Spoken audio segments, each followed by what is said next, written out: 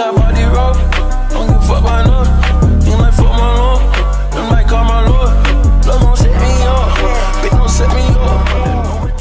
Halo guys, ketemu lagi di channel Endeveloper. Udah lamanya kita nggak bahas One Punch Man. Nah, kali ini kita menemukan bahasan yang sangat seru karena ternyata chapter 195 One Punch Man dan seterusnya mengalami revisi. Hal itu karena Yusuke Murata berencana untuk menciptakan versi yang lebih seru seperti ketika pertarungan antara Saitama melawan Cosmic Garou. Tapi sebelum lanjut, jangan lupa untuk klik tombol subscribe bagi yang belum subscribe dan klik tombol like serta share video ini di semua sosmed teman-teman. Let's check it out.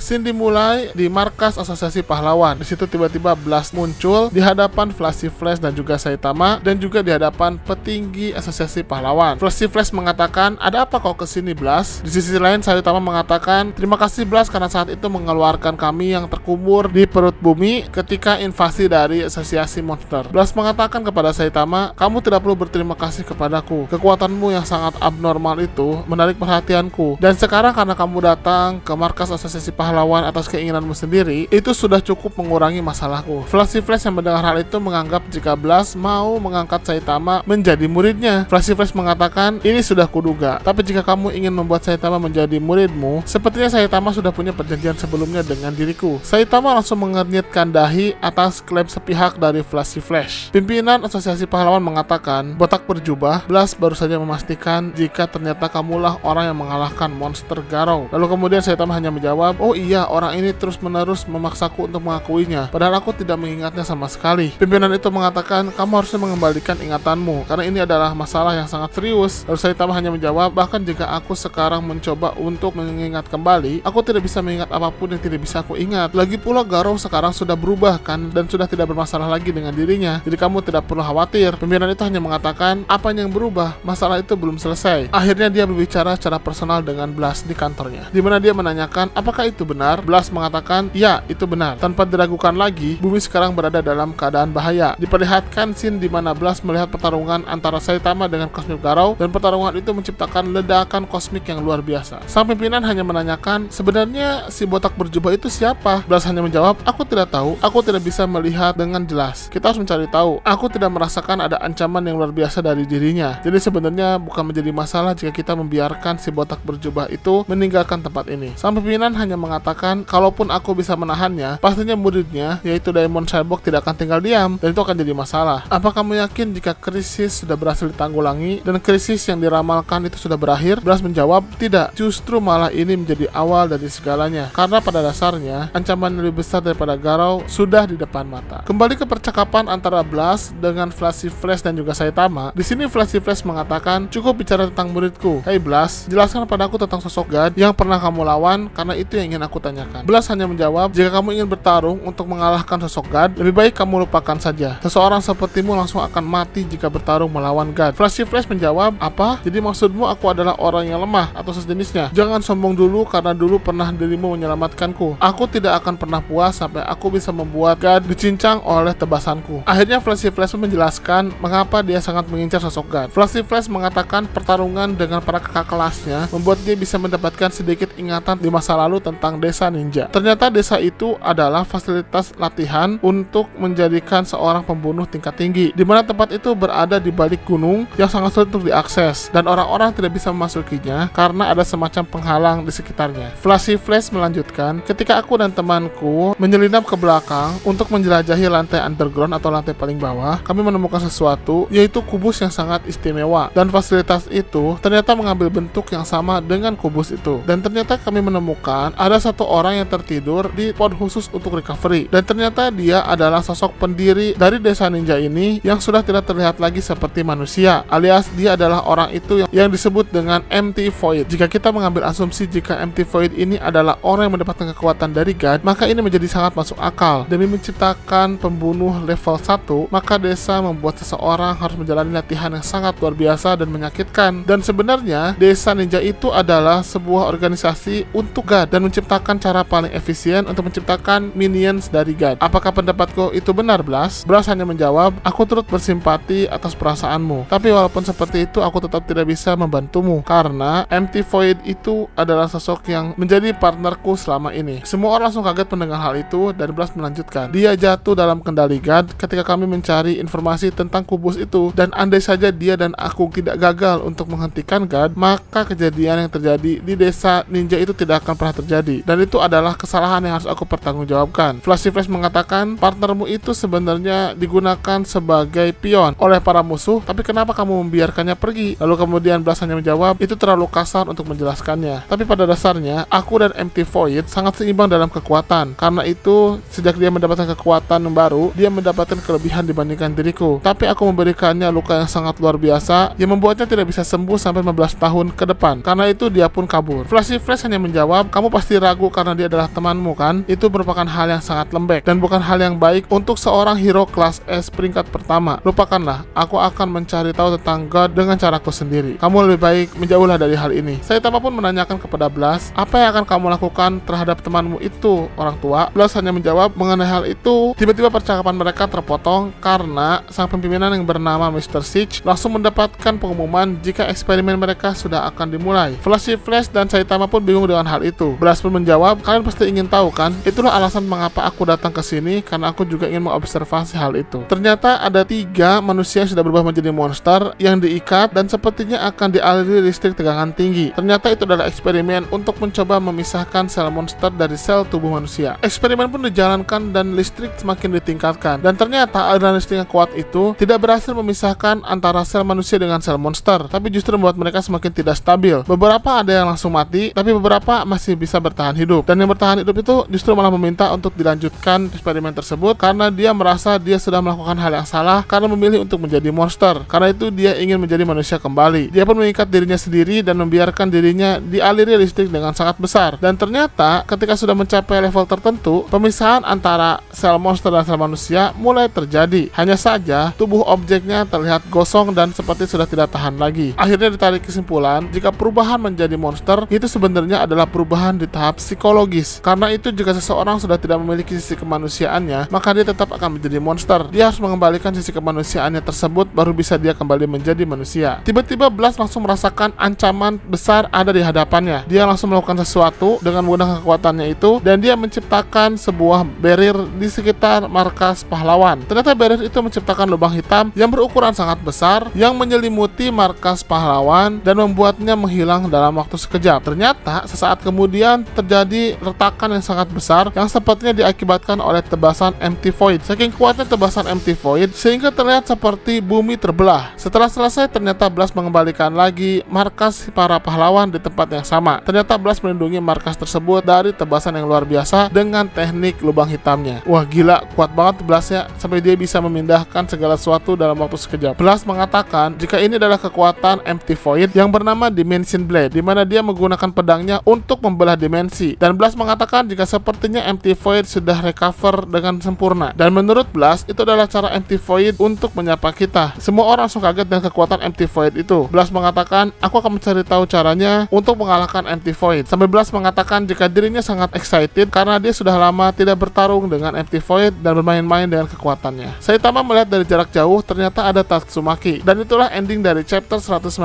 dan 196. Dari sini kita bisa menyimpulkan dua hal. Yang pertama, Blast akhirnya mengakui kekuatan dahsyat dari Saitama, dan Blast melihat bagaimana Saitama mengalahkan Cosmic Garou dengan kekuatannya. Di sisi lain, sosok God ternyata masih menjadi misteri, dan sekarang mereka harus mengalahkan sosok yang lebih kuat daripada Cosmic Garou, yaitu Empty Void yang bisa menebas dimensi. Di sini kita bisa melihat bagaimana kekuatan Blast bisa memindahkan segala sesuatunya dengan kemampuan black hole alias lubang hitamnya. Sepertinya kekuatan manipulasi ruang Blast membuat dia menjadi hero terkuat saat ini, walaupun mungkin masih bisa dikalahkan oleh Saitama. Bagaimana menurut teman-teman? Silahkan berikan komentarnya di kolom komentar. Terima kasih.